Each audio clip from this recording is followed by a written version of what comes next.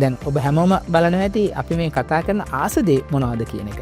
ආසදේ තමයි මම හිතන්නේ කිසිම දරුවෙක් කියයි කියලා මේ මම කැමති මුළු දවස පුරාම ඉස්කෝලේ පාඩම් වැඩ කරන්න කියලා. ඒක කවදාවත් ඒ උත්තරේ ඔව් කියන එක එන්නේ නැහැ. මොකද ළමයි කියන්නේ ළමයි. සමහර ළමයි චිත්‍ර අඳින්න ආසයි.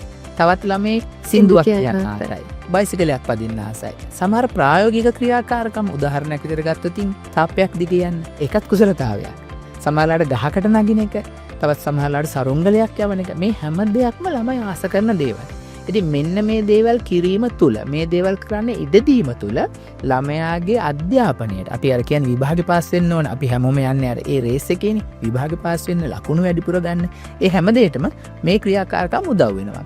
අවාසනාවන්ත තත්ත්වය අද දවසේ අපේ සමාජයේ බොහොමයක් වැඩි හිටියෝ, හැමෝම නෙමෙයි, බොහොමයක් වැඩි හිටියෝ හිතාගෙන ඉන්නවා ඒ පුංචි විනාඩියෙත් අපිට පුළුවන් නම් පාඩම් පොතක් කියවන්න, අපරාධේ වෙලාව තව ලකුණක් වැඩි කරගන්න පුළුවන් නේ කියන එක. නමුත් ඔවුන් දකින්නේ නැති අවාසනාවන්ත කාරණාව අපි ළමයා එහෙම හිර කිරීම තුළ අනාගතයේදී ළමයාගේ අධ්‍යාපන මට්ටමින් ළමයා ඉහළට යන්න තියෙන අවස්ථාව එන්නෙන්නම අපි අඩු කරගන්නවා.